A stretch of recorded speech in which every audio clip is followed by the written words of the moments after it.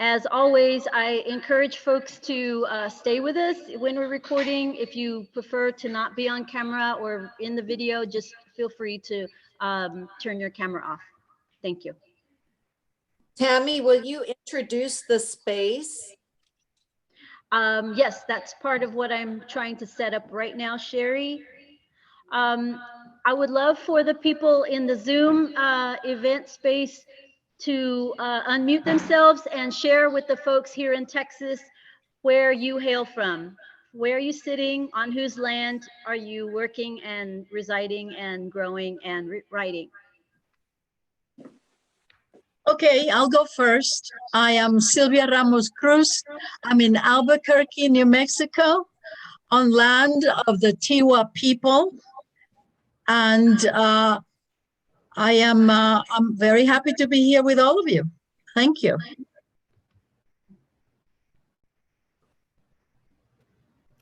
I'm Sue Prevost. I'm on Otomi land in central Mexico, and I'm from New Orleans.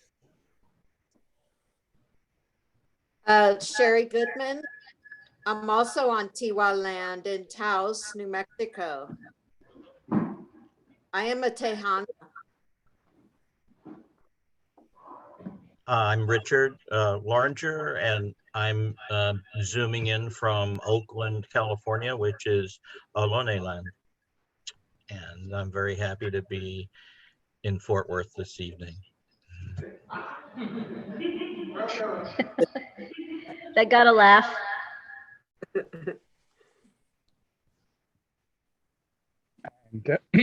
Tom from the Independent Republic of South Austin, temporarily lost in space with fine colleagues in Astral Zoom. Thank you for being.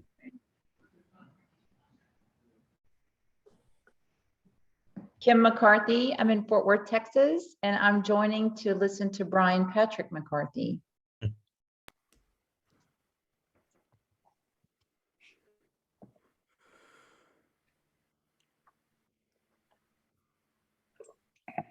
Jeffrey, where you be? He's muted. Yes, I muted myself.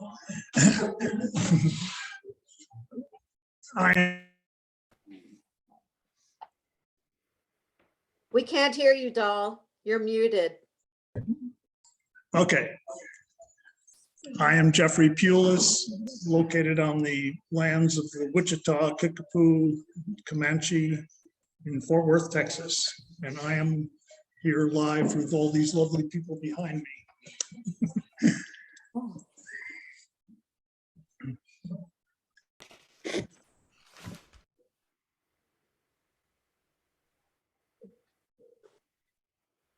And I'm Tammy Melody Gomez, and I'm the person that desperately needed to be with you last November in 2020. And I decided to kick off a series that would happen in Zoom and allow us an opportunity to open our hearts and share what was on our mind and in our world. And I didn't say that out loud as a premise for the series. I didn't want to say, how heavy is your life for you right now?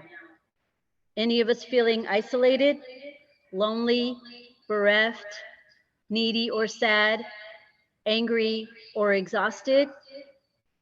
Jeffrey, can you mute yourself?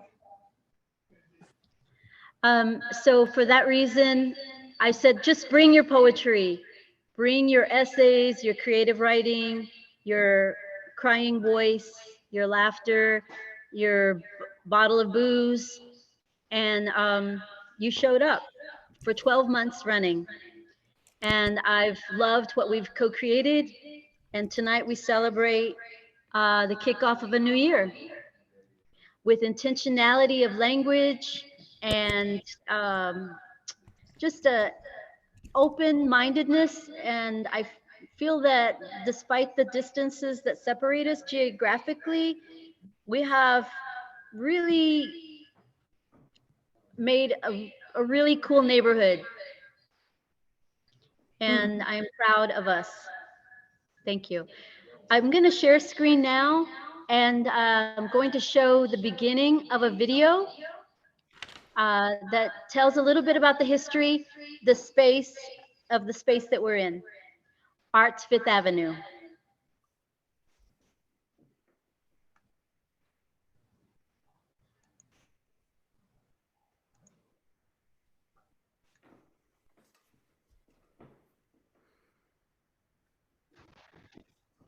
Hands-free.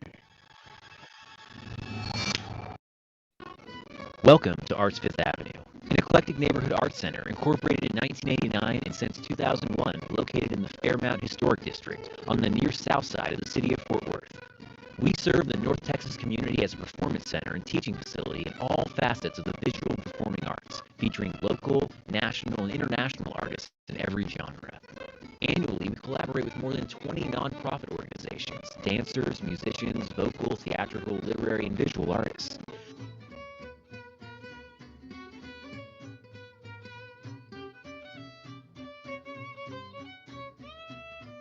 Our mission is to stimulate, develop, preserve, and inspire interest in the visual and performing arts, with a focus on the American art forms of tap dance and jazz music, and to educate the general public, particularly young people, about these uniquely American art forms, and provide a form of expression for dancers, choreographers, musicians, composers, and visual and performing artists. We host over 20 artists in residence who teach, inspire, perform, and have built a season of cultural experiences for all ages to enjoy. Many of our events are free, and paid performances range from $10 to $15. We also offer senior and student discounts, and children are always free. At Arts Fifth Avenue, we dance and move with tap, ballroom, burlesque, and yoga. Our focus on tap includes classes for all ages, youth and adult performance opportunities, and performances by national and international tap masters. The official observance of National Tap Dance Day was passed into federal legislation in 1989, and that year we hosted the first National Tap Dance Day in Texas and have continued that tradition annually. Our jazz focus brings performances and master classes in vocal and instrumental music in the jazz idiom. Since 2004, we have celebrated the life and legacy of gypsy jazz guitarist Django Reinhardt with a 3-day festival, the only annual festival in the Southwest. We also serve as a theater venue for both established theater companies and emerging thespians, hosting performances by Scene Shop, an evolving collective of artists dedicated to the strength and entertainment value of new works. In April 2017, Arts Fifth Avenue is honored to receive the Theater Arts Advocate Award from the Live Theater League of Tarrant County. We also host a Texas music series, including a multimedia tribute to the life of Fort Worth native Towns Van Zandt, and presenting such noted performances as Texan Bob Livingston, music ambassador for the U.S. State Department,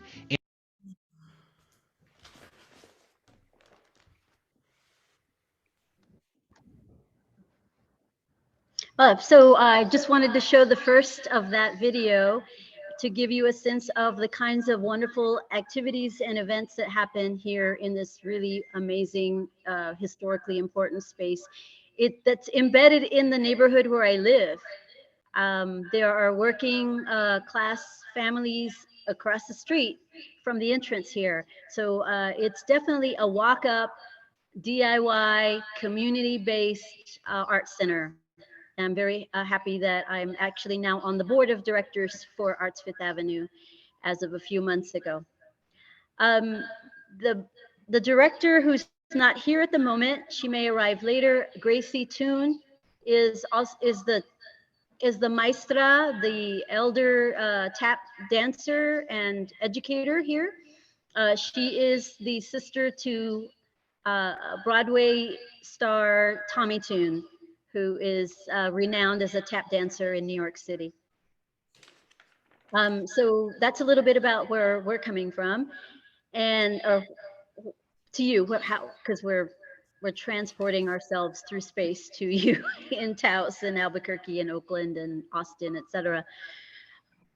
We have poets in the house, and we're going to start with our sharing of original work. And I'm very happy to say that we have some old friends and some new friends in the space here. And without further ado, I would like to kick it off with one of the Zoom readers. If one of you wants to volunteer Tom, Sue, or Tom, okay. So Tom, let me talk a little bit about Tom.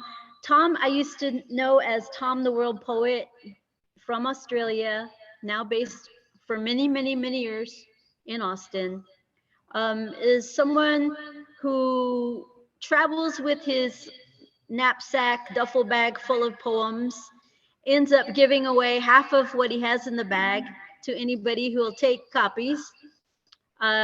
Is very much a free for all poet.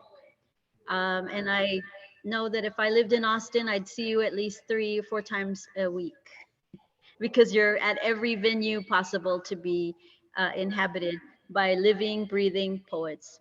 And I cherish your presence in our state, and I'm happy that we can hear you tonight for our first anniversary program. Welcome, Spirit Tom. Yay. Thank you, Tammy, for making this possible. I dedicate this to the Coral Catch Gili Group, women's group of Indonesia, who are replanting and breeding and grafting garden coral. As you know, the coral structures around South Asia are dying, and it's to do with pollution and carelessness of the state of nature. The Great Barrier Reef is dying, but this is to do with the way we don't love enough. Legal personality has been granted to corporations, but now it's been granted to forests and rivers in New Zealand, in India, Bolivia, Ecuador, Nigeria, and Colombia, where ecocide is finally a criminal act. Ko o te awa, ke te awa kot a. I am the river, and the river is me. In 2014, Te Urewera National Park in New Zealand was given legal identity. In 2017, legal standing was accorded the Wanganui River in New Zealand. In Costa Rica, endangered species, the snail darter, the papilla, the northern spotted owl, the Asian lion, the Asiatic buffalo are now protected. They invoke Pachamama, Mother Earth, Sumac Kaswe, harmonious coexistence, Buen Viva. Think in terms of kinship, stewardship, custody, responsibility, clean air, clean water, clean earth. In 2010, the Universal Declaration of the Rights of Mother Earth was granted by the United Nations, and Mother Earth Day is every year, April 22, with policies to prevent pollution, poisoning of earth, promoting planting of parks as part of devotion to Pachamama. Indigenous rights finally have legal standing in Canada, the right to fish, the duty to consult. In Australia, World Heritage Site, the Great Barrier Reef, is finally sought to have true legal standing. Switzerland, Portugal, France, Colombia, and Brazil recognize Gaia as a legal entity. India legislated against toxic air to preserve the Taj Mahal and against toxic waste in the Ganges. Bolivia now has an ombudsman to protect the dried up Lake Pupu. Nature is no longer seen as an object of economic worth, more an indispensable entity. If trees had price tags, forests would be priceless. All species have a right to exist. In Santa Monica and Pittsburgh, they seek to protect local flora, fauna, and wildlife. Indigenous views are finally being sought and acted upon. Children, of course, have rights to safety, security, health, and hygiene. So voting age varies in states and federal jurisdictions. One day, the votes of Little Greta and Malala may be given the same significance we accord trees, rivers, lakes, and all indigenous peoples. Meanwhile, it is our turn to listen. Volunteers Anonymous, those beaches and creeks cleared of litter, those demonstrators standing up for our futures, each one who steps forward instead of withdrawing, falling down as victims, they make a better world, a better village, a better town. Community depends upon sweat equity from everybody, those who contribute via taxes, those who do so directly. You see volunteers raising funds and energies. They are you in another skin. They are everybody. The organic theory of politics means more than just one head. We are more than hand and hearts and feet and legs.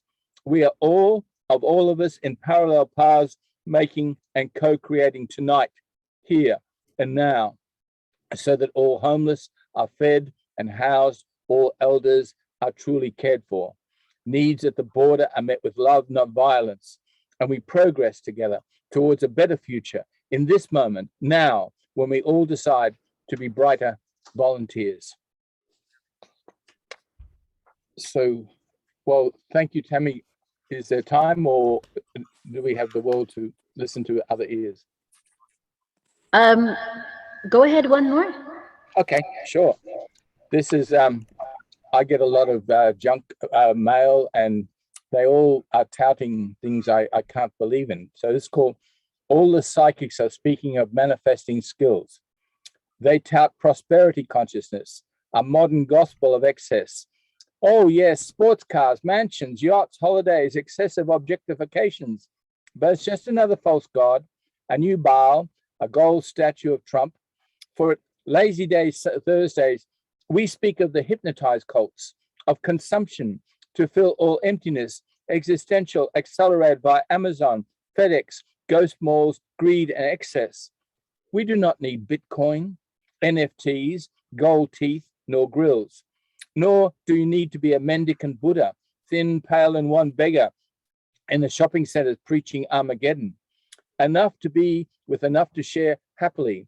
Equality may be a myth, but there will always be emperors, real and virtual. Who rules meta now that it's a metaphor? Why rely upon your second life when your first is a hungry ghost? You are more than your avatar, your virtual reality headset. Young may be shunted into fingering thumb drives, shopping, living online. Elders pre-TV might just remember their other life, their real life, this moment, now. Fantastic. Thank you. Yes, thank you, Tom. Thank you. Very strong. Thank you. Grateful. We were plotting in the space. You can see behind Jeffrey. It's wonderful. I'd love to invite one of our in-person poets to share next, if you're ready.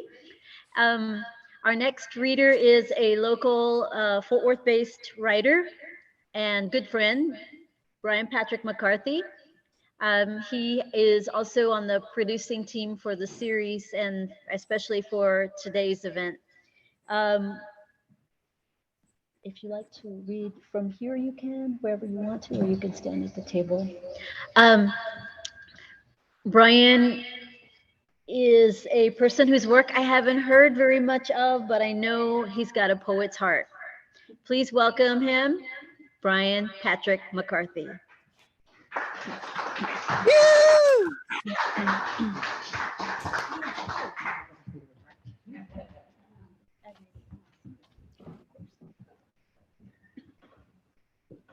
Hey y'all, welcome.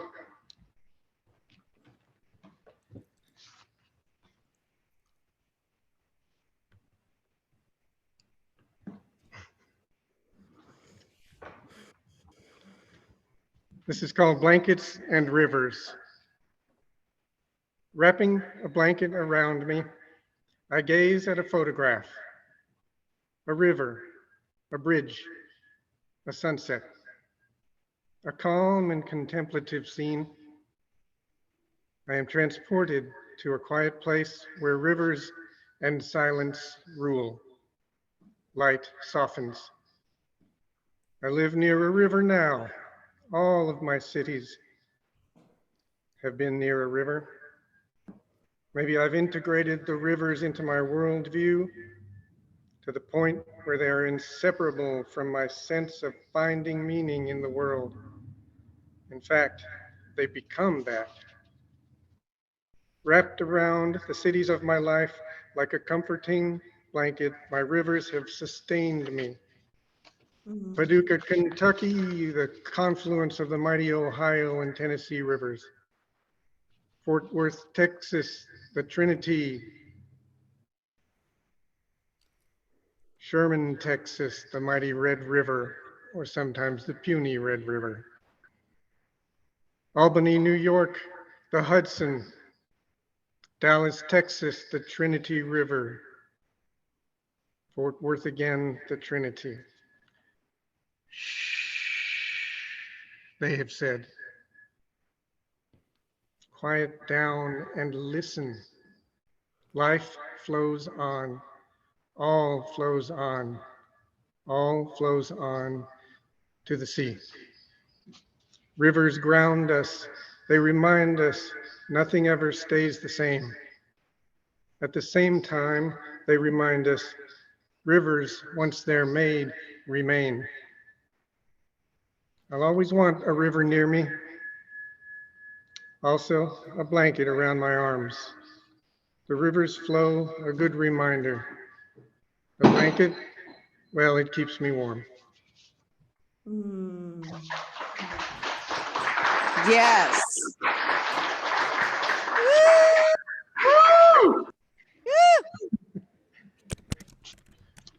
So, this next one is in memorial of a man who 100 years ago, this December 11th, was lynched here in Fort Worth, Texas.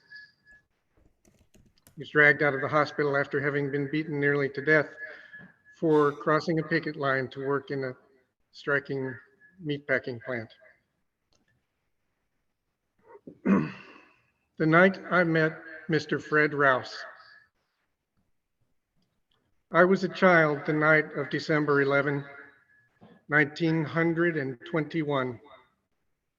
My daddy and my diddy said, "Get in the truck, son. We're gonna show you something you've never seen before." Fort Worth is a colorful town. I never seen so many automobiles with their lights flashing, horseback riders and people walking, moving back and forth and to and fro, pointing and laughing and drinking, people making a parade and a party all around the only colored man there who didn't hardly move at all, only hung there, bloodied, limp, and lonesome, and turned a little in the wind.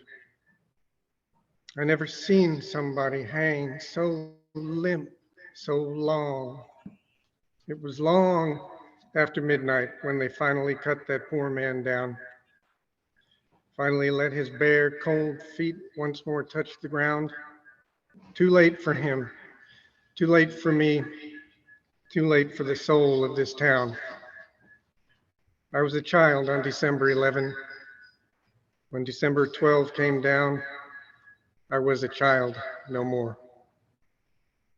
Thank you. Yes. Thank you all for being here. Thank you.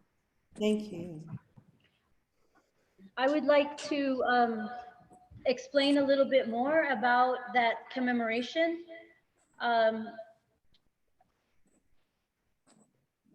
Jeffrey, do you mind turning your volume down?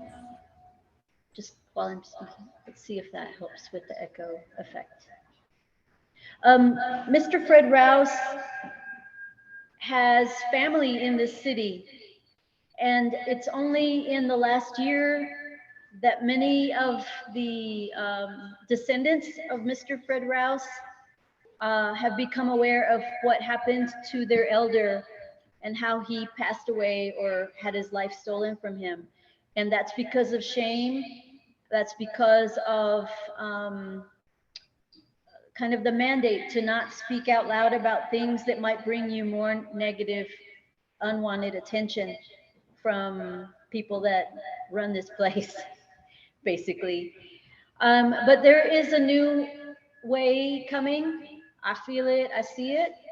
And there's an organization called DNA Works that have been organizing bicycle and automobile tours to go and learn the route of Mr. Fred Rouse's last 48 hours, 72 hours alive. And Brian and I have been involved with those tours with the bicycle component. and have learned a lot about a history that has been silenced and buried, and we no longer need to live that way.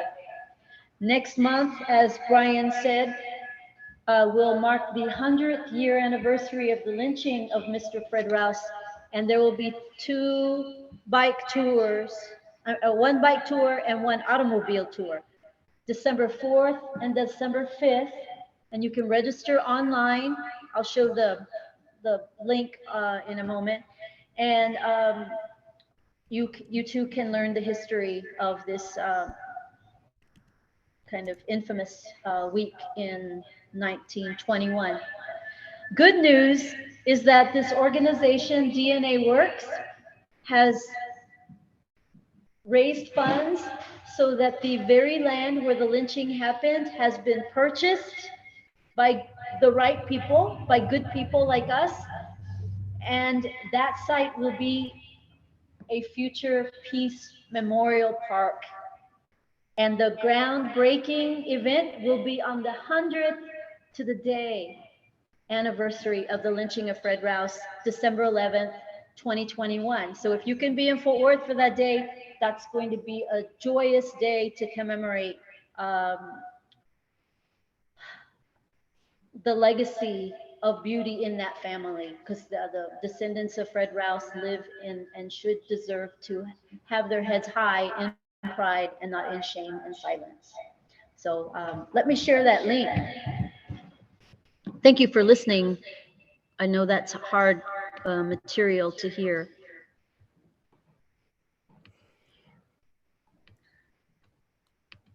Akiba.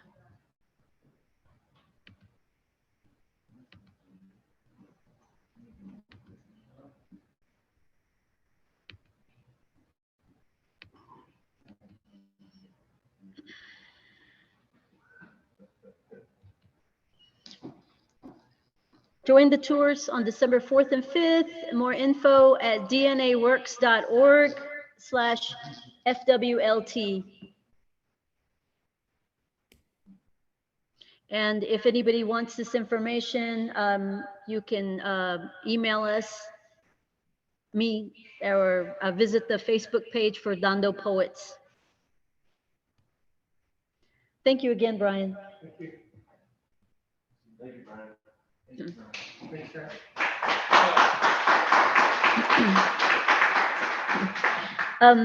I would like to invite our musicians to perform a little bit, if that's all right with you guys. And then Sylvia will call you up next, Sylvia Ramos Cruz. So that'll be in about 3 minutes, okay? And meanwhile, folks in the space, if you want to have some drink or some snack, you can refill your plate now. Thank you.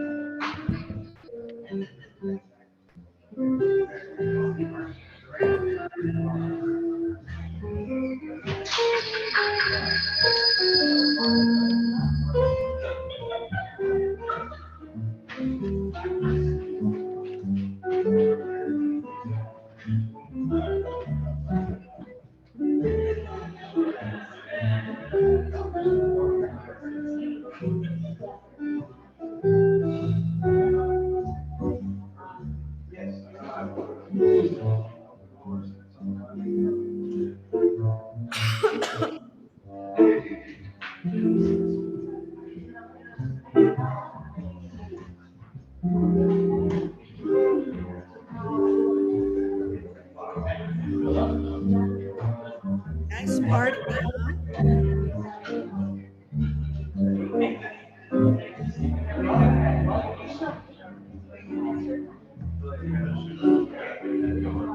huh?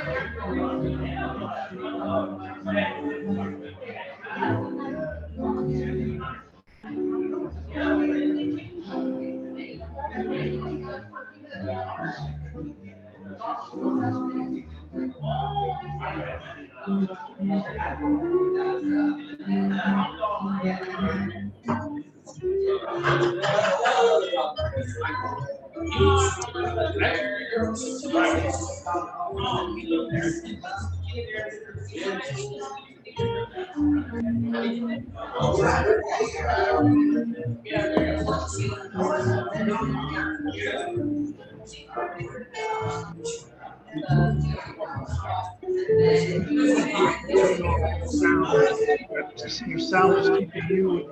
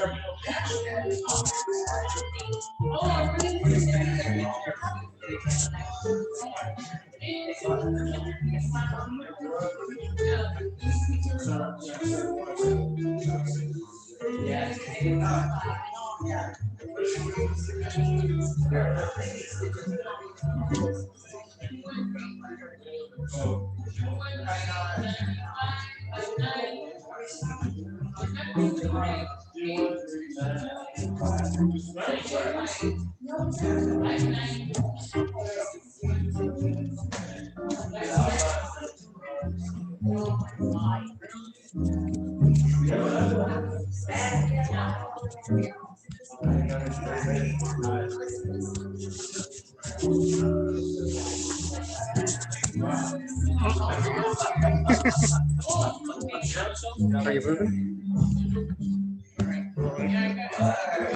Lost the signal. Yeah. Okay, do we start over? Did you already set that up?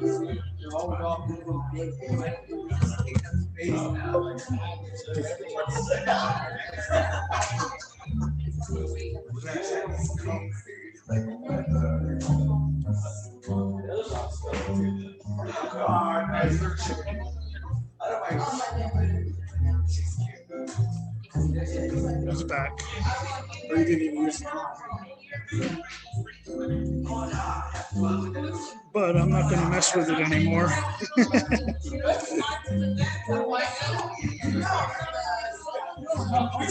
This guy's kicking it.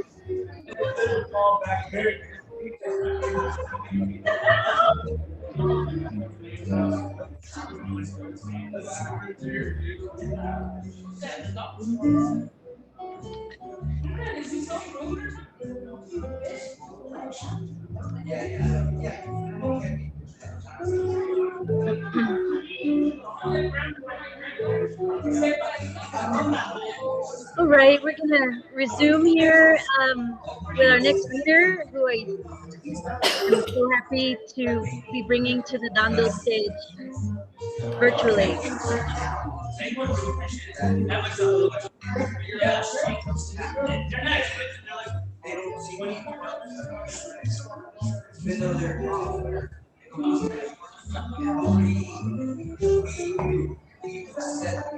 So our next poet is Sylvia Ramos Cruz, and she's a retired physician based in Albuquerque, and now she's focusing on her writing.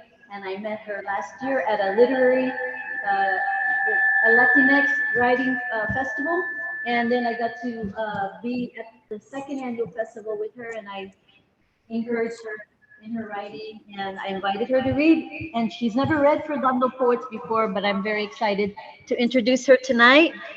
Sylvia Ramos Cruz.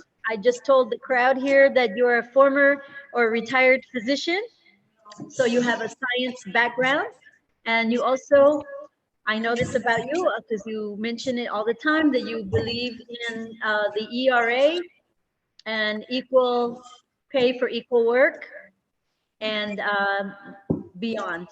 Thank you so much for being here. Welcome, Sylvia Ramos Cruz from Albuquerque, Nuevo Mexico. Thank you. Thank you very much, Tammy, for inviting me.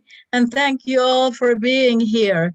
Yes, I am still working to get the Equal Rights Amendment into the Constitution so that women will finally have their rights recognized alongside men's rights. Anyway, I have two poems tonight. One is long and one is short. The first one is in 5 parts. Each part has a very brief introduction of a photograph. So the first poem is called Through the Lens, en blanco, negro y gris. 1. 1944 wartime wedding studio photograph. Bride starched in white cotton, cap sleeves, pointed neckline, dark buttons down to frail waist, wristwatch, gold band, solemn sable eyes. Groom, sturdy in army khaki, chevrons of right shoulder, buttons single file below light shirt, black tie, hazel gaze level. Beautiful faces, unlined, shoulders touching, hands entwined, a promise to have and hold till death. 2. Mommy and her friend, framed by palmas, smile wide in front of 50s Ford sedan. She insisted, planted her feet on the ground, hands on waist, insisted, Papi insisted, on moving to Nueva York. Strange land, long musty tenement hallways, 3 deadbolt doors, cold barren pavements, skirts and bras, pajamas and panties, paraded on ropes out 3rd floor windows, pegged to utility pole pulleys, where they gather evening soot and scent of rotten eggs. Land of foreign words, no hola, no como estás, no bienvenidos. No running outside to pick ripe bananas sprouting like fat fingers from giant hands, or savor mangoes from fruit-stooped trees rooted centuries into the island's heart, or call neighbors from gaping ventanas, or dance barefoot in noontime rain, warm mud squishing deliciously between red-tipped toes. Those days left outside the heavy door with 3 locks and steel security bar planted firmly on the floor. 3. Slightly off-focus Bronx snow-muffled street in front of Abe's Kosher Butcher, AA lock and key, zip alterations. I know my father's right. I know he knows why she felt desperate to leave her Puerto Rico querido. He doesn't say, but I know. Beyond the age-old fret of wives left behind when men embark for work in foreign lands, beyond the groan of women left alone with leaky roofs, end-of-month bills, children's pick, left alone night after night to grapple demons and desires on frigid beds.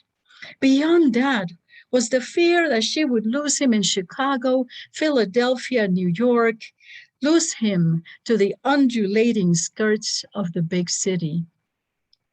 She left home, traded sultry winds for cold that bent bones, the inclement babble of the Bronx, and a misery in her soul that eventually stole her voice. Eager for a new beginning, in a neighborhood just starting to change from delis to bodegas, Italian bread to pan de agua, a place just starting to hear the pre-salsa timbales of Tito Puente, a place just about to say adios to people who had come once as immigrants, but now feared those whose tongue they could not untangle, did not want to hear. The Boricuas had been U.S. citizens for over 40 years, and all to no avail. My father left. 4. My mother left, her illusions buried in the holes she wore in linoleum, pacing floor from barred door to living room where the TV sat and kept her company all night while she strained listening for sounds that could mean an intruder, my father, or both. From the big city, she'd argued hard to be allowed to inhabit, alone in the dark, with only gun smoke and cigarettes for comfort. We'd tiptoe around her on our way to school, find her crumpled in the matrimonial bed, her daytime roost on our return. She'd rise from melancholy, ask us once more to ask our father on his daily rounds to check our homework. When are you coming home to stay? Silence and night would fall again. 5. Easter Sunday, 1960, a year into our new world. 4 girls, 8 to 13, sit cross-legged on a rooftop parapet, framed against the soot-encrusted, grainy gray brick skin of the Bronx, faces grazed by sun rays caught in the morning. Iron fire escape ladder, grim memorial to young women immigrants killed in Triangle sweatshop blaze, climb skyward past empty-eyed window through which the sisters have just stepped into the light. Una hermana looks into la cámara with the quiet confidence beauty confers. Another's brow is written in worry, incierta. A third slight smile starts in her eyes, seems to say, acepto el reto. What do you, New York, hold for me? Only the baby does not look into the lens, her eyes gone where no one can follow. All have stylish hats resembling cracked eggshells, pastel sweaters, white-gloved hands, purses. None of these garments they would have worn el Domingo de Pascua back home. All brand new, ready for the resurrection.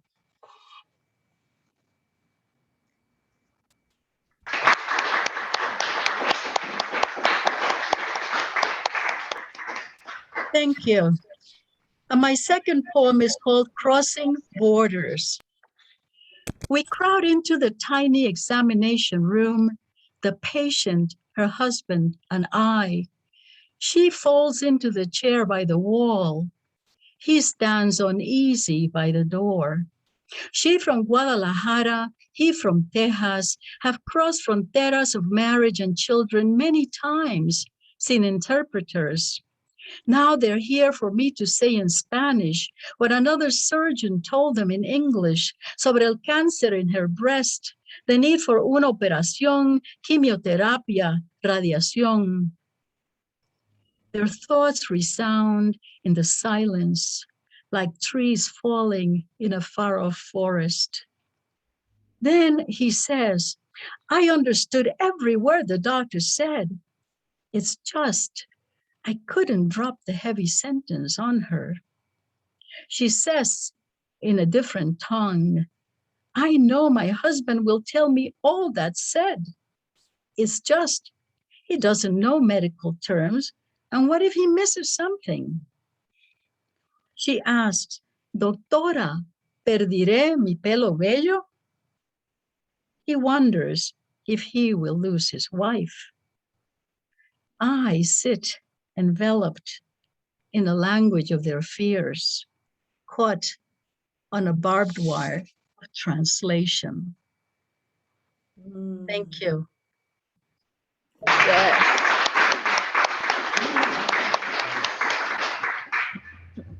Thank you so much, Sylvia. Thank you. This is your work, and how you brought it is such an example of how this series over the past year has brought a feeling of closeness with people when I needed that, when I felt so isolated and scared to go out and even go grocery shopping.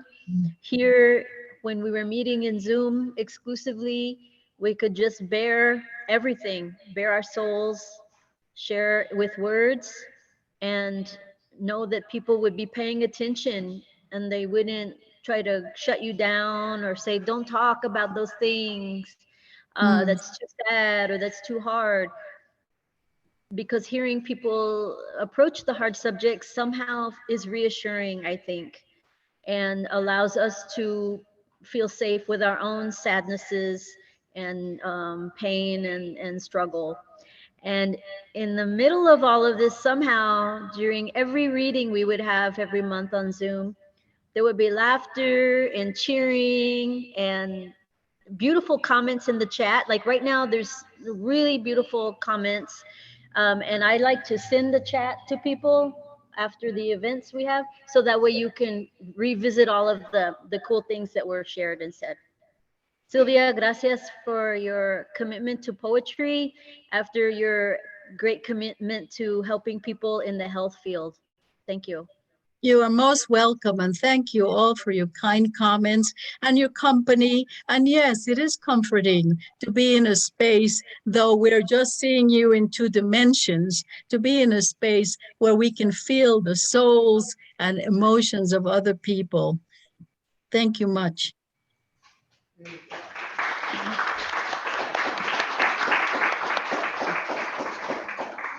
Now I have more extreme pleasure in announcing our next reader who will be here in the Arts Fifth Avenue space.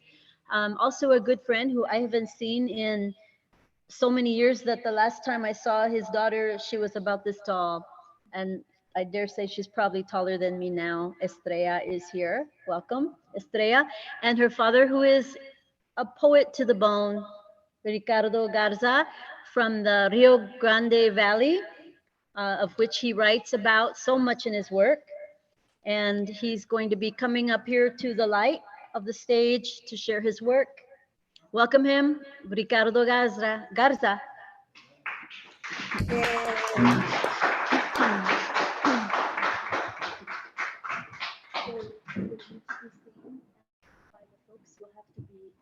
Yeah, but you can stand whatever you feel, but you have to be in this area. I can stand. Yeah. Because you usually stand when you. Yeah, exactly. Okay, so I'll. Can you all see me? Once you start speaking, I'll adjust. Oh, there you are. Yeah.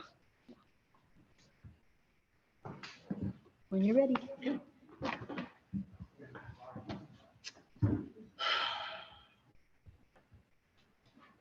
Candle flames waltz across your face, Eli.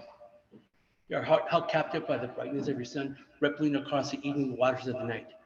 Us, your team of midwives, begin the breathing, the soft throb of lungs rising to grip Father and Son in a gentle deliverance of Estas son las mañanitas que cantaba Rey David.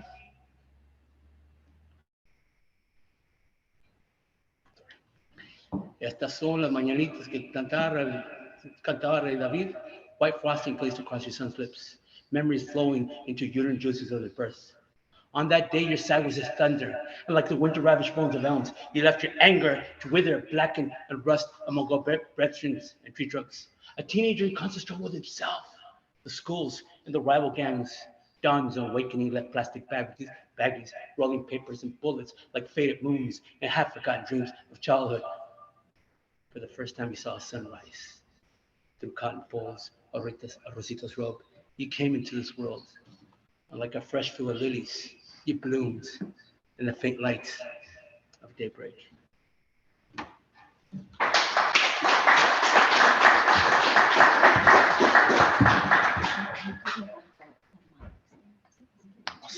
I'll sit. That way. Or this way. Just louder. Yeah. Sorry. Okay. All right, here we go. We enter the halls of Relay Guadalupe nursing home. Years still with the old age, fungus gray going out of walls that impair their vision. Dining area adjacent to large boxes of television screens where I could see the mortality of life so close to the end. Eyes dull and heavy, thick like oatmeal, droop into mine. Regress into regrets and grandchildren in this murky piece of hour. The afternoon filled with desire. Medical equipment attached to lungs, empty of oxygen, sweetened vitality. Kidneys like bloated pipes, heavy with the weight of the world. Standing in vigil on the crossroads between birth and death, I began to imagine her skin as vibrant as the sun. Lungs like my Sue's, she gives birth to my mother. Crosses the Rio Grande. Comes close to being a daughter, deep in the belly of unrequited dreams. Maria Antonia Rivera, waist high in the stubbornness and strength of the river. Maria Antonia Rivera, housekeeper, grape picker, poet, and cook. Wet heart of mesquite says that loomed like a birth song of rain through a labyrinth of halls, yellowed with emphysema.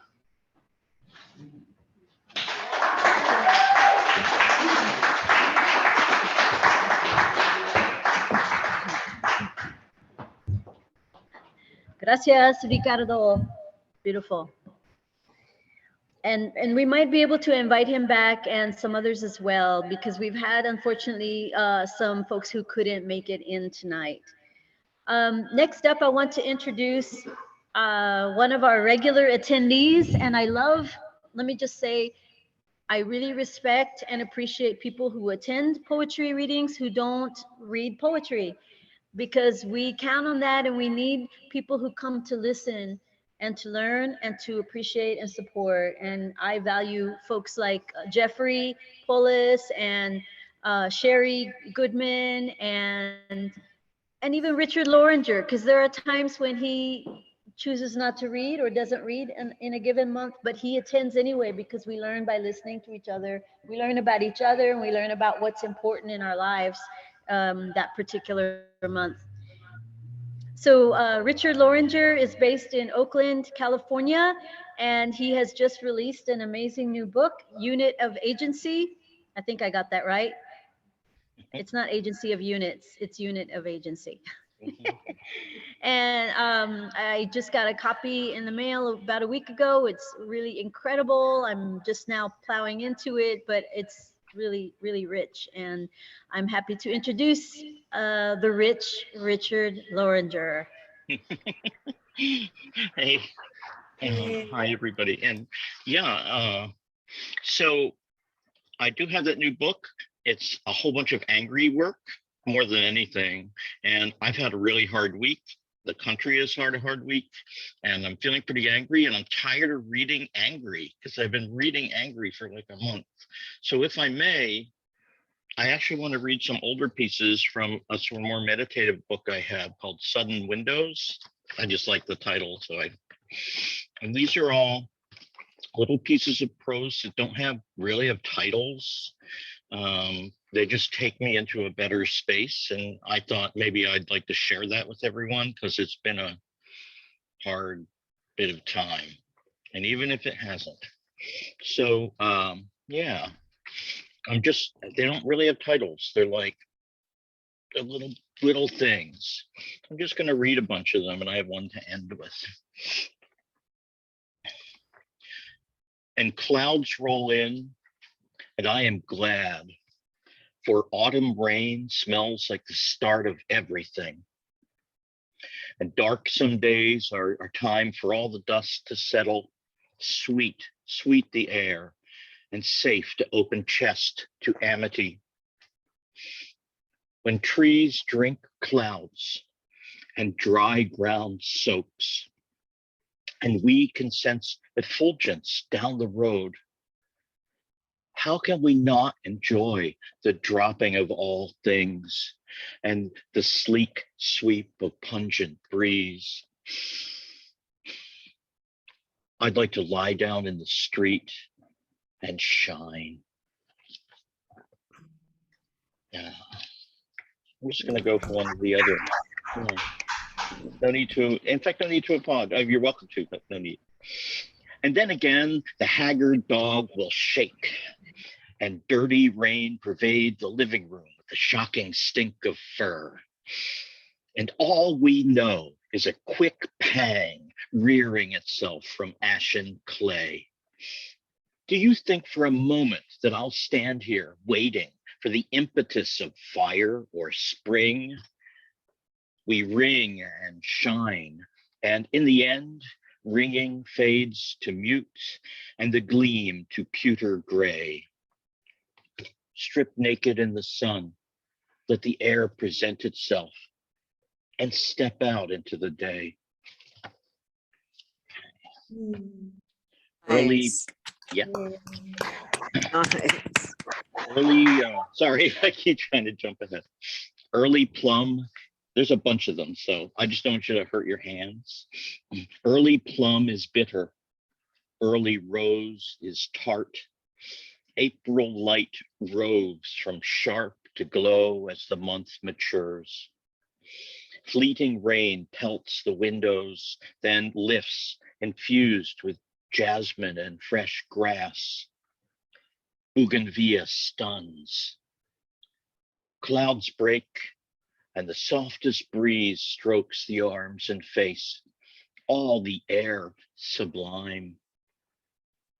sometimes we need profundity, and sometimes just a lavender day. I just needed these, you know, and they often, I think about the series and how it's a year and there's a lot of months in these. And I feel like I'm taking a little tour of the year that's calmer than it's been. After the bricks are scattered, we have many choices. We can try to put them back in place, piece by broken piece. We can kick them around in the dust. We can wander through the rubble, greeting each other. But whatever we choose, come Tuesday, it will still rain with sudden force. You will leave the stew too long on the stove. That small bird with one white wing will fly into your house. And yet, we still go around greeting each other, as if the next breath might hold a perfect mix of rose and rosemary, or a music you've never heard that lights up your entire brain. Why? Because it could. Let's see. Oh, this one's a little more energetic. My heart's a snowball rolling downhill, and holy shit, what a tumble. It's a mudslide, a runaway train, a blast furnace off its struts. It flips and scatters everywhere, through and around. It keeps on flipping. It gobbles forests and gnaws the foundations of this city. It cracks the infrastructure. It laughs to topple towers. It's splitting hairs. It chases the tail off a goose. It's walking into your parlor with a gate-cracking grin. It says, "Hello, I'm a comet," and tears your house away. It's voracious. It's a goddamn glutton for everything. It's a shrike, a kamikaze cannibal, a metamorph tsunami, and it's breaking on February with a mouth of flame. I kind of feel like these need titles. I could, so I'm going to finish up on this like a minute, a little over a minute. Am I doing okay, Tammy? Because I have a couple more. 58 seconds max. I do? Okay. Yeah, just go for it. Go. I have a couple more. I just don't want to go too long. I could say hurtle again, but I'd rather say plain, as in make smooth.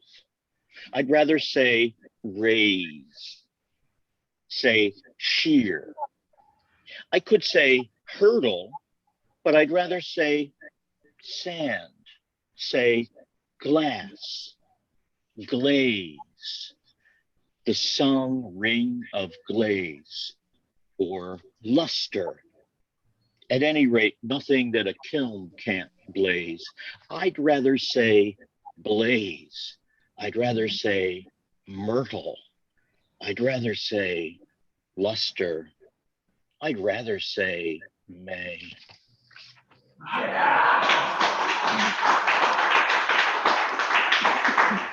At the heart of this month blooms a myrtle.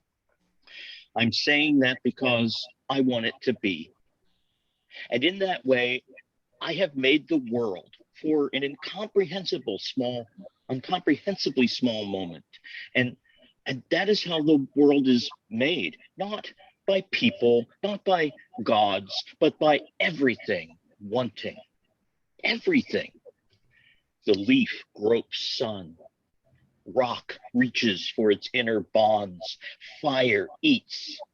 And somewhere in the world, somewhere, there is a myrtle blossom, tender, vibrant, freshly bloomed and ripe, wanting you.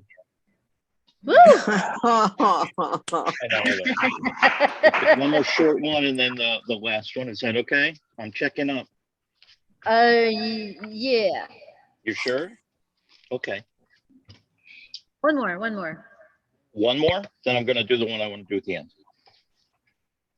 This seemed like, this one was written at the end of a reading tour. Like I was with like 5 or 6 people. We did like 6 or 7 readings. And the reason I chose it, because it's sort of like this reading, you know, I think everyone will appreciate it. So words birthing words. So how do you put a bow on it? on things when there are no bows. You don't. You let the baby run wild. We've had our reeds, set our fires, planted our seeds, and now it's time to let the roots take hold, the embers fly, the words make their way into minds and futures and other words. And how will we know what we've done in the end? We won't. Well, maybe in a small way, through new, younger, new, stronger connections, new friends, new books, and new words, and words, and words. And here's where we lose track: words and acts and beings and words, because we've made a ripple. And who knows what a ripple really does? And I can only speak for myself here, because I'm not you or all of you, or at least not in the immediate sense of this writing. But for my part, I welcome the books, the friends, the spaces, and the words that those words spawn as they flutter into trees. And if somewhere in the distance, beyond my sight, beyond all our purview as ripples are, one of those words lands in a brain and makes another word that makes the world sane for 1,000 years, or makes one person sane for a long, smiling minute, then every breath has been worth it. Every breath, every breath, every breath, every breath, every breath, every breath, every breath, every breath, every breath. In this moment, I'm just going to invite everybody to gently place their palms over their lungs. If you feel gratitude for what they've been doing for you for these past months of suffering and struggling, and knowing that others, their lungs have given out or couldn't get help, just have some gratitude for the breath and the breath and the breathing and the inhaling and the exhaling. We're so lucky that we get to share beautiful messages and create lustrous imagery while breathing.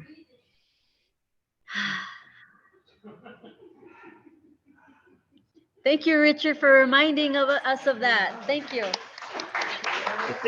I think at the first reading a year ago, we all drew pictures of lungs. We drew pictures of lungs because there was somebody in the hospital here in Fort Worth, and they weren't doing well. And I invited us to take a piece of paper in our own home and to draw healthy lungs, happy lungs, however you draw, and to hold your picture up to the camera. And I have a photograph of that. Everybody holding their picture of healthy lungs for this man that we didn't know. One of the poets was friends with him, and we did that prayer together, and he left the hospital the next week. Wow.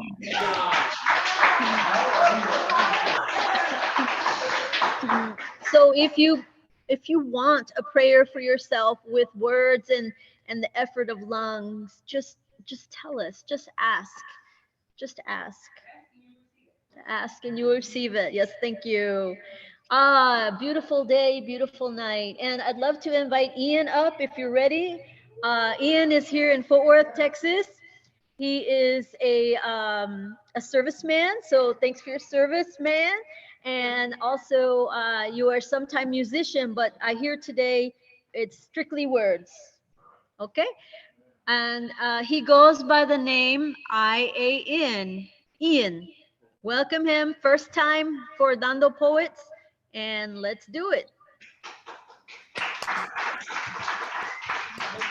You can stand or sit, whatever, but we'll need to be on camera. Okay. Hey, hello everybody. Sorry, give me a second. I just want to say this is actually pretty cool. I've never done anything like this before. Thank you. Gypsy heart, iron will, beauty of an angel. A woman lies beyond, gray-haired but graceful. eyes full of wisdom, but yet also her wrinkles. Just kidding, she has no wrinkles. At times, so fierce, said woman can be. Tales of horror when you can't get your grades above a D. Nightmares of stumbling home after 3. Find out she will, not happy she'll be. Survivors of her wrath have spread knowledge of her weaknesses. Red wine, cryptocurrency, Facebook. Her strengths are her determination and loyalty. Her will so strong, said to withstand the weight of 1,000 moons. Only figuratively, though. In reality, too much weight can hurt her back. The woman I speak of is my mother. She's in the crowd today, and she deserves the world. Happy birthday. I love you. That's it. I just leave now? All right, cool. Yeah, I'm gonna leave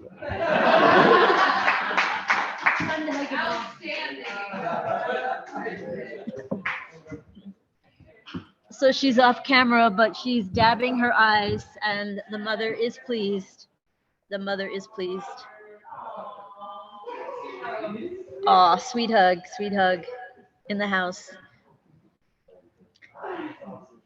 And just to keep it all in the family, I want to invite Eli up if he's here. Eli Sanchez. We have some art on stage, and it was created by Eli Sanchez, and he's from East LA and now lives with his family aquí in Fort Worth, Texas. And I just wanted to invite you to come and talk about your art a little bit. And I'm gonna unplug this and take it over there so you can stand on the other side of the work.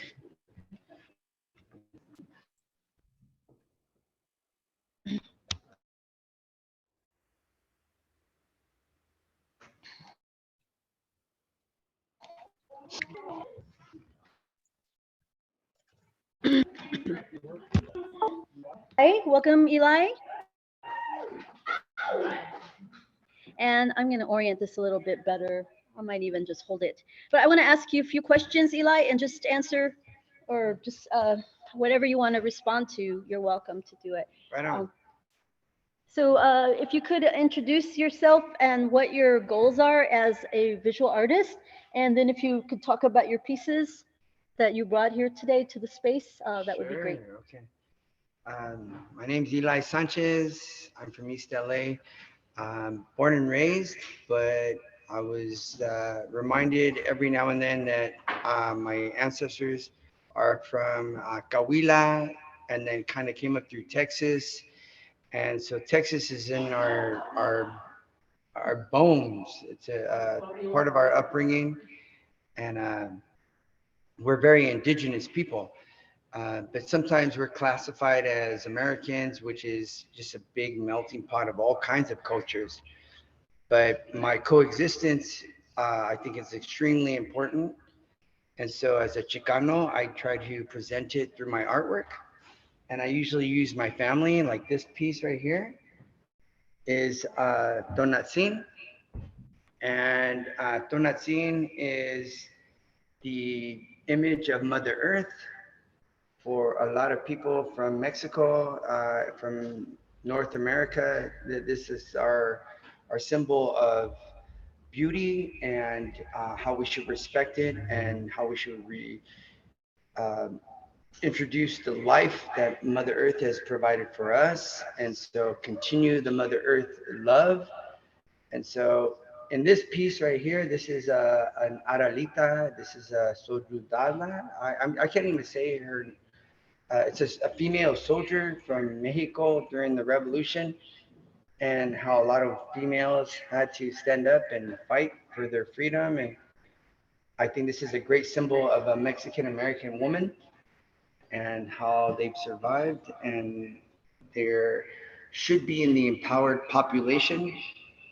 And so whenever I see a Chicana, I think we should respect her and her words. They're powerful people and they've survived through a whole lot.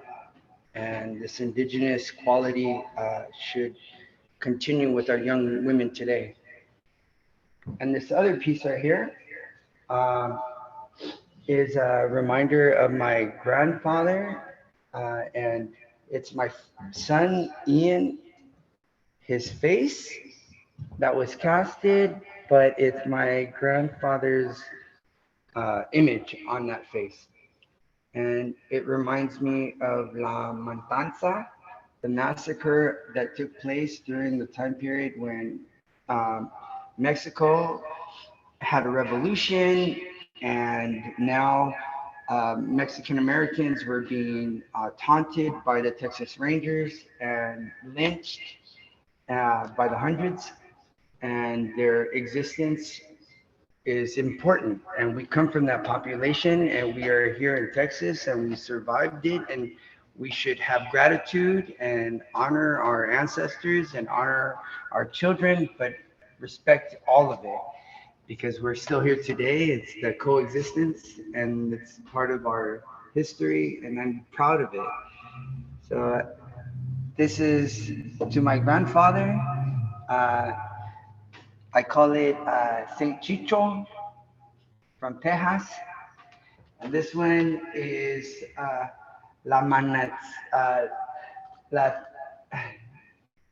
wait, see, this is my Spanish side. Is Malencin?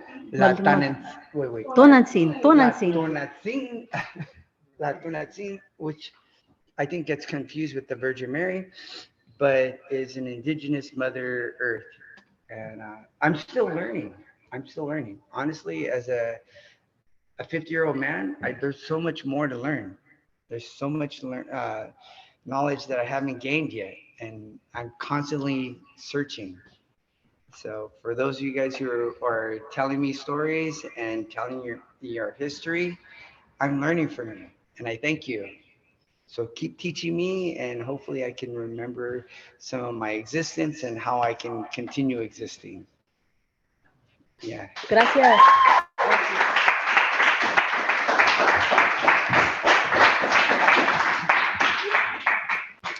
Thank you, Eli. And those pieces are part of his permanent collection.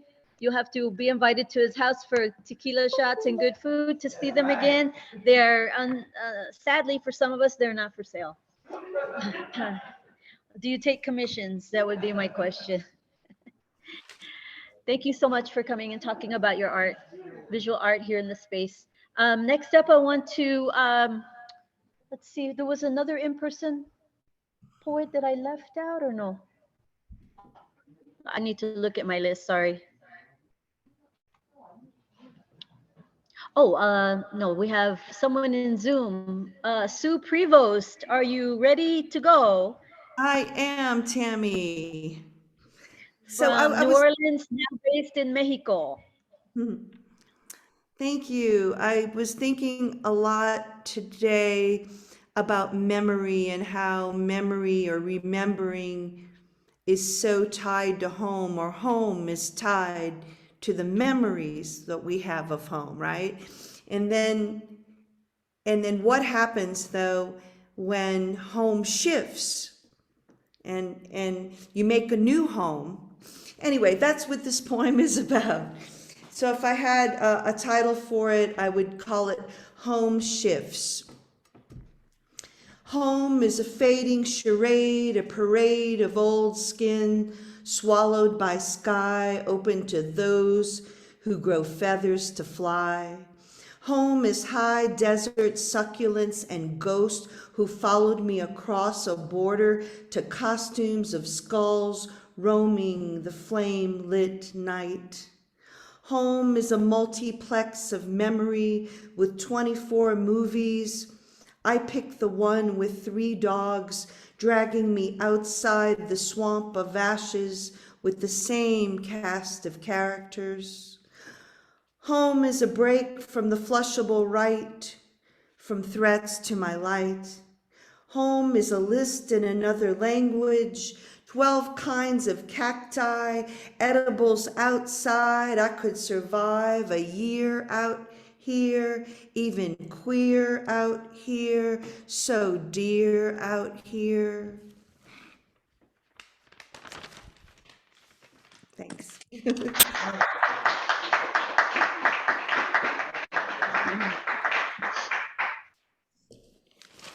And I've got one more. I think a lot about the Gulf of Mexico, of course. I was kind of raised on the Gulf. I've fought for the Gulf. A lot of my memories are there. So this poem is kind of an ode to the Gulf that I miss very much, and I'll be back soon. And everyone knows that I think that the Gulf is in great peril through greed, because of the petroleum industry, and waste because of the petroleum industry, because we don't need that stuff anymore. But anyway, here goes. This is a kid memory. Better than Disney, more fun than God. When we dove inside your storm waves, swallowing salt water, losing our drawers in the foam. On your sands, I told my boy cousin that the word was vagina, not Virginia. Here, only the men went night fishing. Here, I scorched my feet on hot tar walking to Ladner's store. Here, I bought my mother a tin angel that she refused as junk. Here, a tidal wave threw neighboring sheep at Miss Fogel's window, and she lost her cabin and had to pee in a bowl for months. Here, my aunt said I smiled like the Mona Lisa. Here, my father was dying silently. Here, the violence went underwater. We swam up to the white sun, out of breath, never wanting to leave. Wow.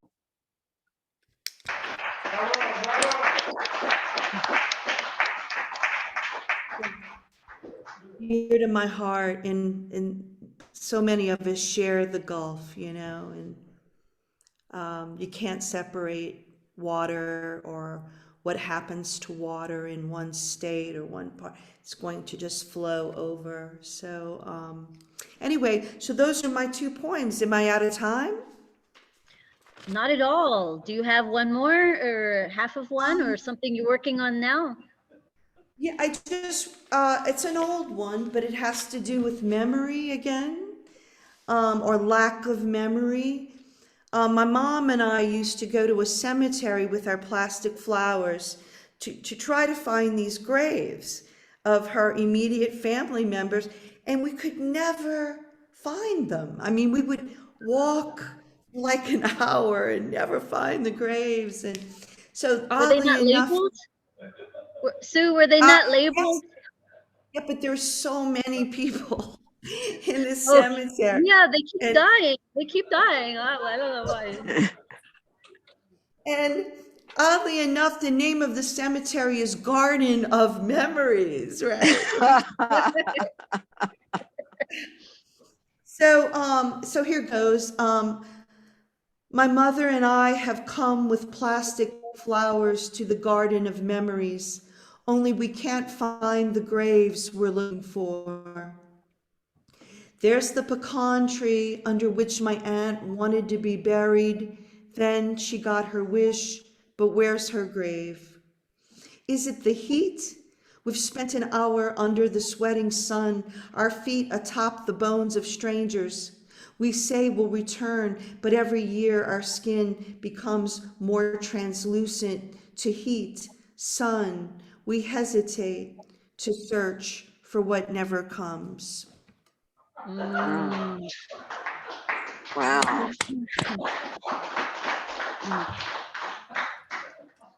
In our family tradition, Sue, we go visit my dad's grave when we're about to like have a surgery or take a trip. So before I went to Nepal for 3 months, I wanted to go check in with my dad about it, ask him for his blessing or his help on my journey. And I couldn't find Ted Gomez. I looked and looked in, you know, in the section of the cemetery where he's buried, Laurelland Cemetery in South Fort Worth. And I found another Gomez there, so I talked to that one instead. I thought, well, close enough, Gomez. I mean, my dad is in spirit anyway, so I mean, it's okay if I didn't find his actual grave. But now I know where it is. Today I could find it. Yeah. Thank you, Sue, for all your memory work. And I love that you're in Mexico trying out a new way. Good luck with all your transitioning there. I know you've got a lot on your plate. You've told me. Gracias. So we have one more reader who's gratefully stepped up because we had some folks that had to cancel. So Rita Vigil will be reading in about 30 seconds once I introduce you. But after that, I'd like to ask our musicians to play again as we prepare a special treat. Wink, wink, Lorena. So we'll get our special treat ready, and then we'll go forth from there. So Rita, are you ready? I see you're in the house. Thank you for being here. Rita Vigil is based in Fort Worth, and she could have driven here, but I guess it's nice to be cozy at home. And good to see you, Rita. Please welcome Rita Vigil to the limelight. Thank you. My poem is called Birth Healing. She has seen inside the walls of a shelter. She has lived through the invisible wounds. Her bosom has become the place where her children rest. She is home for them, and they know no different. With her body, she has guarded them from the pain she has bore, birthed from the poison spewed onto her heart from her aggressor. Like peroxide to the wounds, she wrestled with the sting of healing, messy and foul smelling. Though the poison was meant to kill her, it only left scars. She dresses her scars with tattoos to symbolize the rise of her purpose.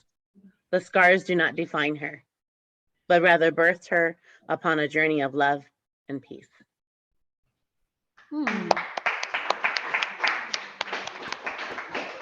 Thank you.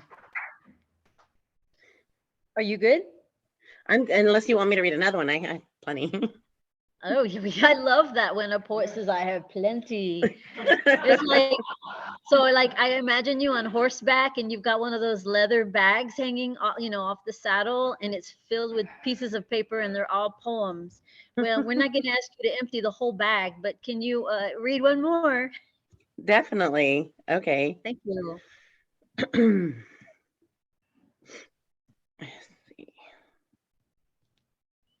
Are you reading from a phone or what Yes. device? Okay. My phone. Okay. I saw it in here. I'm just having to find it again. I'm sorry.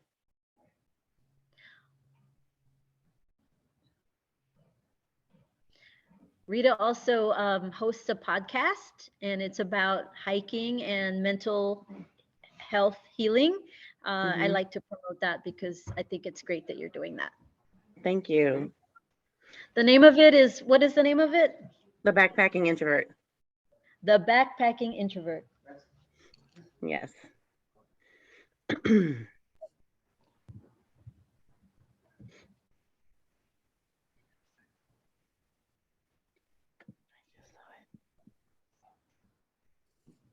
Okay, here I found it, sorry. It's called Beauty. I am beauty. I am beauty not because you say so or anyone says so. I am beauty because I am. Beauty because of the mestizo blood that runs through my veins and makes my skin a tint of brown. I am beauty because of the raven locks that fall down my shoulders, because of my big almond eyes. I am beauty because of the strength I carry in my arms, the intellect that arises because of my pursuit of knowledge. I am beauty despite my flaws and shortcomings. I am beauty with my scars and folds that betray the norms of beauty. I am beauty because I say so. It's beautiful to be me. Yeah. There you go. Thank you. Gracias, Rita Vigil. And where can we find your podcast? It's available on all podcast platforms that are popular: Apple, Google, Spotify, Anchor, Overcast. There's some others I can't name, but those are the most popular ones. The Backpacking Introvert. Thank you. And I appreciate you reading today. Thanks so much. No problem. I'm going to invite our musician. I'm sorry. The musicians are going to play again. Thank you so much for being here, guys. And in the meantime, we're going to ask Lorena and some others to prepare our special treat, ahorita, so we can get it going. And I'll explain to those in Zoom what we're doing.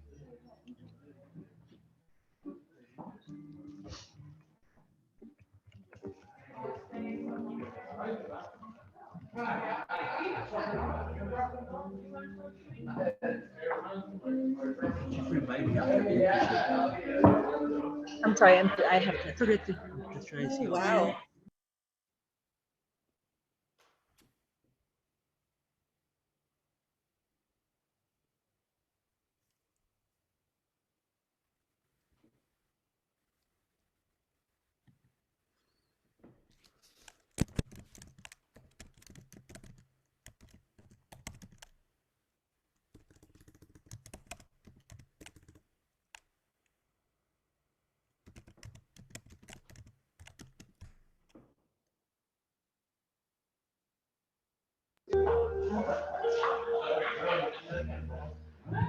The parents came, they went old school. Your parents? No, the parents of the baby came and they went old school. So they're here. My cousin, like, they didn't, they just taped her up.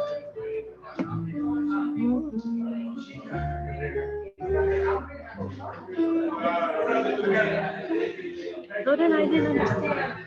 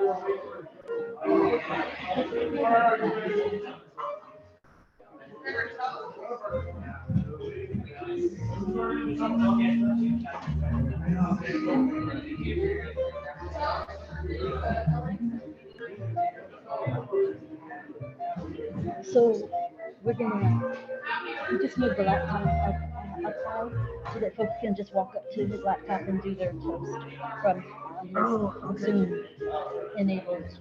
Cool. Thanks. Yeah. And you'll be first. So I'm gonna introduce you in a second. Just be sure and get some champagne.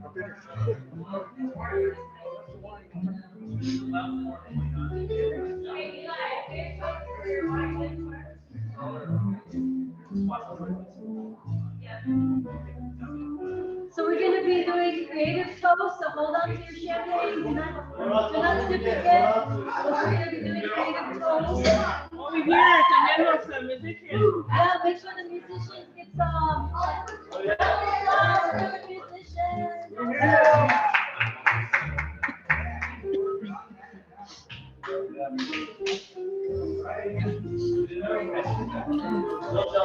So we're getting our cups filled with champagne, and one is being delivered to the musicians deserve to be. Yeah, my turn will come soon.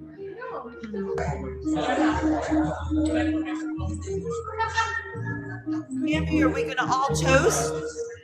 Yes, we are, one at a time. Or if you don't want to speak out loud, you can key it in, type it in the chat if you like.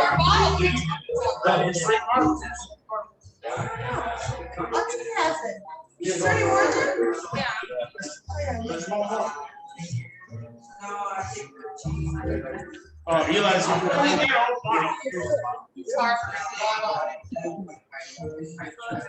Hey, can I get some? So Brian Patrick McCarthy, take it away. Just gotta speak loud. It's on speaker. It's unmuted. Okay. Probably has to turn off.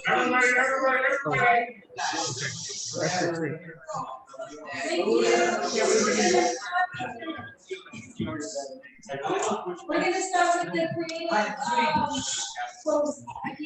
And I give it away. Brian Patrick McCarthy will kick it off.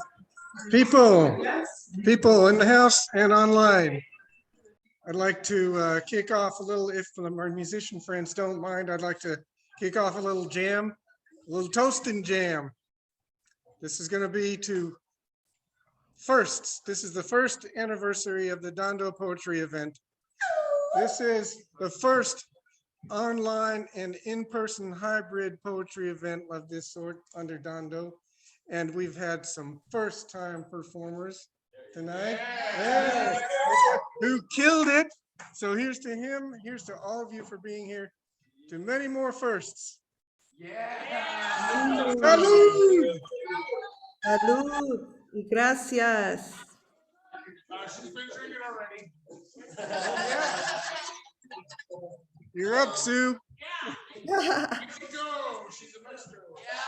Why don't you call out the next person when you're done? Wait a minute. To do what? To read? You're up.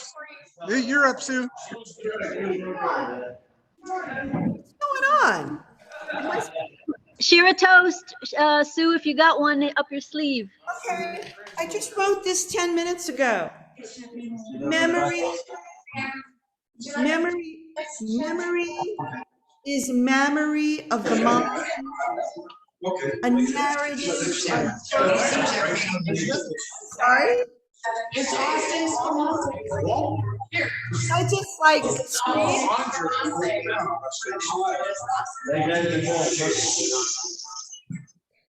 Memory is a memory of the mind, a narrative unfurling with the same blast of characters, a script that doesn't change, voices in familiar range, so dug in it becomes you, wingless you, steaming you, wounded you, with your spitfire memory, naming you again and again. Cheers! Drink to that. Yeah, cheers. Thank you. Okay, the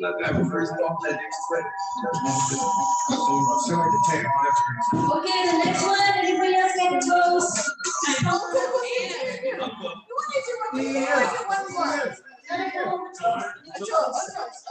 I'll do the toast. I'll do the toast. It kind of wraps what I was doing. Right here? Yeah. They can see me? Okay. I'm gonna do the toast now. All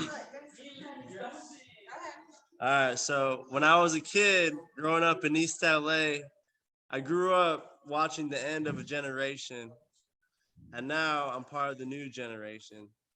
And I think it's up to me to withhold everything that I've learned from who came before me. So this is a toast to them and a toast to myself as well.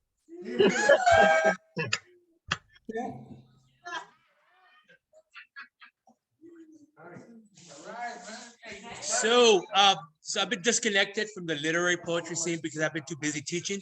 But despite all that, and with COVID, I want to make a special toast to a very special friend, Miss Tammy Gomez, who's kept the poetry alive. Thank you. Thank you. Thank you for having me. I appreciate it. Oh, everybody wants to hug me so hard, but my right arm won't allow it. Here is to the lungs. Yeah. Here is to the lips. Here is to the tongue.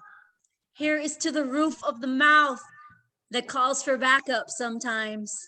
And here is for the uvula that allows us to echo and recite and chant and have things reverberate inside our throats.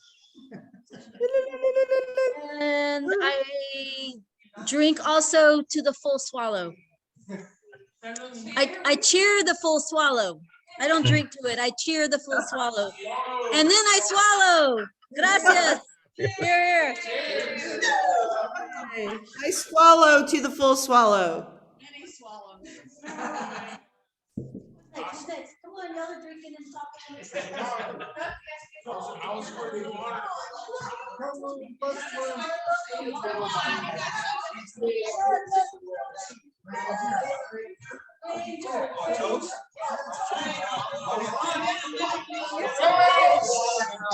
I know one of my favorite toasts.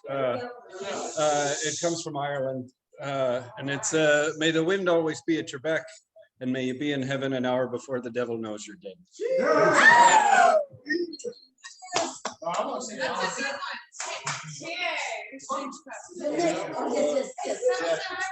Hello, my name is Christina. Okay. I'm from LA, and I just came to visit my family. And I'm having a good time with everybody here because we never get together like this, you know.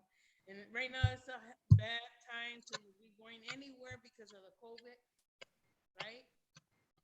But you know, thank God we have our faith, and if God is always with us, it's for some reason, right? This time you don't say nothing, right? Okay. But you know, my kids, they think I'm a clown or funny. I don't care if they, you know, laugh at me, whatever. You know, I don't mean to be like that, but that's just me. Everybody's different from their sign, okay? Zodiac, you know your zodiac, right? Okay. A lot of people don't like it, and I don't care. Okay? I like my zodiac, okay? I'm Cancer, so I get along with everybody. Shut up. I have my son talking right now, so I don't want him to come over here with me right now. He'll get me nervous. But I just hope you guys keep on with your tradition, which you guys like to do. And it's really nice, a poem. You know, I'm not that kind of person, but I can be there looking and listening. You know, I don't really like to write down anything. That's not my type, you know. My type is just going out, having a good time, dancing, drinking, that's it. And being how do you say? I'm single, so I'm mingling. Thank you.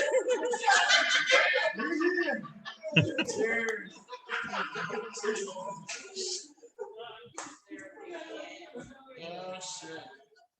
The bass guy.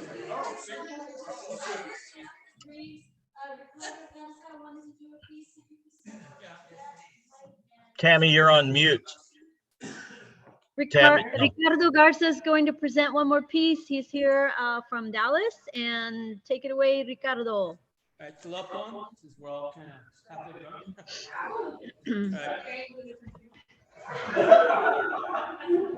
Between the sea of our distance, your lips unfurl among the crashing waves, and I taste you. Tawny and taut, you're as real as the sticky sweet words that emerge from your breath among seaweed, palm green, humid, and plump, ripe as mango harvests that fill the soft, supple skin of your luminous body.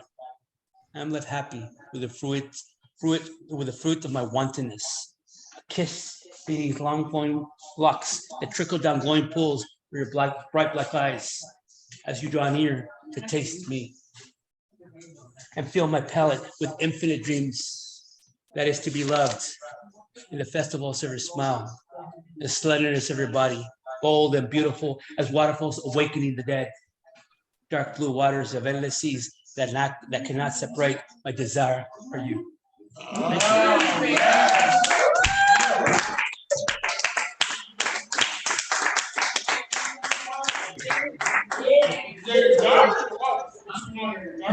And those of you in Zoom, anybody have one more closing thought, closing piece to round out the night for us?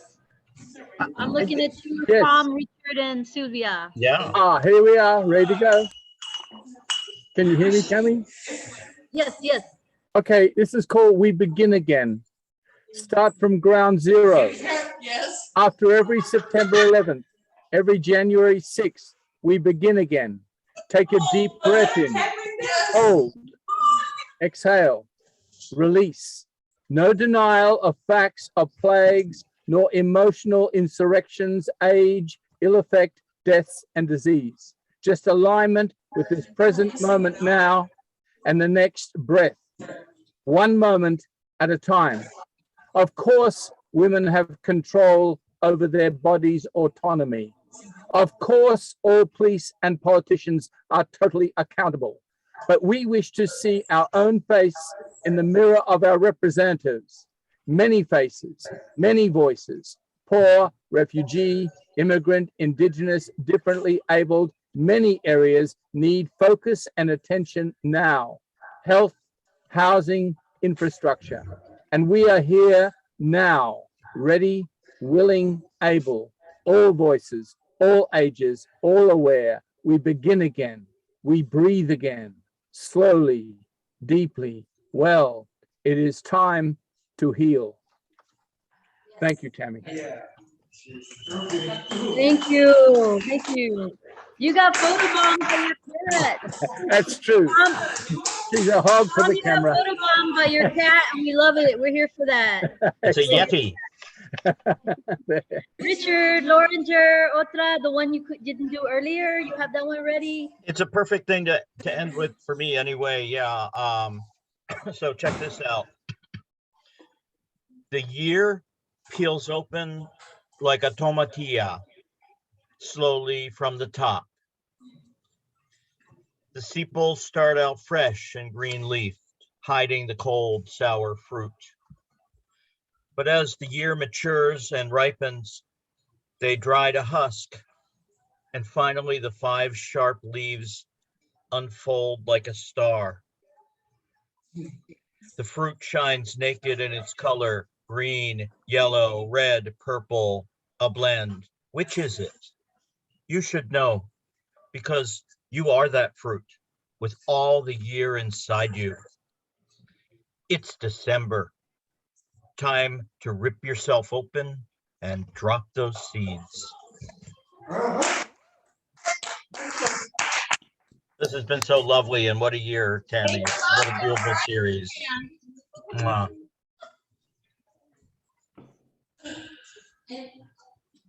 Are there any toasts from the Zoom room? Well, just toast to continuance, creativity, and community with gratitude for your responsibility and initiative in keeping this alive. Thank you, Tammy. Gracias. I'll drink to that. Thank you, Tom. Thank you. You know, I lived in Texas for 3 years. Yeah. And my favorite thing I learned there was a saying, God willing, and the creeks don't rise. Right. There's to that. Crick, not creek. Crick, I know. Yeah. Or God willing, when the creeks rise. Because they always do. Or plug God fire. willing, when the rubber dinghy shows up. If it will. Thank you so much. It's now 10 o'clock and we have some folks that need to move out of their seats. So we're going to be calling a close to tonight's session, and we will be back again next month in some capacity. It may not be a hybrid, but we will not leave the Zoom abandoned. That means, I didn't phrase that well. We will continue to meet in Zoom or virtually because this community is too valuable to me. And I love being able to connect with people around the world. Fernando. Yes, Tammy. Recordando. Redondo.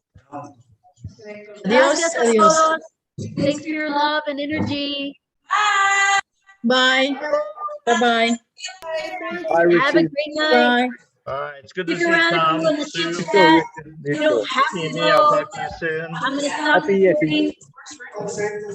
Yeah, happy I'm Thanksgiving. going to save the chat. It's all good. Oh, me too. Thank you, Tammy.